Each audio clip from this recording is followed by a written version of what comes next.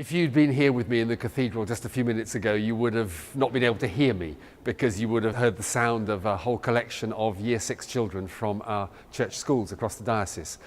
In June each year, we have a particular focus around our church schools. We have 4 days in which the leavers from our church schools gather here at the cathedral for a day of activities and at its heart an act of worship. A time when we, as it were, send them on from their primary school experience into the next phase of their education and of their lives. Some of them are going to go into one or other of our diocesan secondary schools, and there they'll be able to continue to be nurtured in the Christian faith, to learn about our Lord Jesus Christ, and to have the opportunity to follow him in an active and personal way. Others of them may go on to other schools where there's some other form of Christian foundation, and they'll also have that opportunity. But a number will be going into county schools where there may be no particular Christian formation at all. And so it's really important that we as a diocese, as our parishes, as our youth initiatives, that we continue to engage with these young people as they go on to become teenagers and as they continue, we hope and pray, to be formed in the way of Christ and in the Christian life and to grow into adult Christians within the life of the church and of the world. This is an opportunity to celebrate what's happened for them during the years at their primary schools, and also to say a huge thank you to everybody who's been part of the experience that they've had.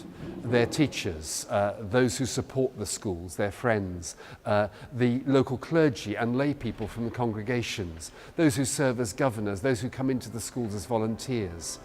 There's a richness about the life of our church schools which is wonderful, and this is a great opportunity to celebrate that and to say a huge thank you to all those who make that possible. But these 4 days of services for the Year 6 children are not the only thing that we do in the month of June each year for our schools. In a few weeks' time, towards the end of June, we have a special service which is more for the adults who are associated with our church schools, to celebrate and to give thanks for all that our church schools, both secondary and primary, offer. These schools are part of our life, they're part of our ministry, they're part of our mission. We think that we have about 22,500 people who are associated with the lives of our parish churches. We have another 23,000 who are associated with the life of our church schools. And so it's a really significant part of our common life as a diocese. And so I want to encourage you, not just now in the month of June, but actually throughout the whole year, to be praying for our church schools, to be giving thanks for them. And also, really important, to pray for people to respond to God's call to be teachers and to serve in other ways within the world of education.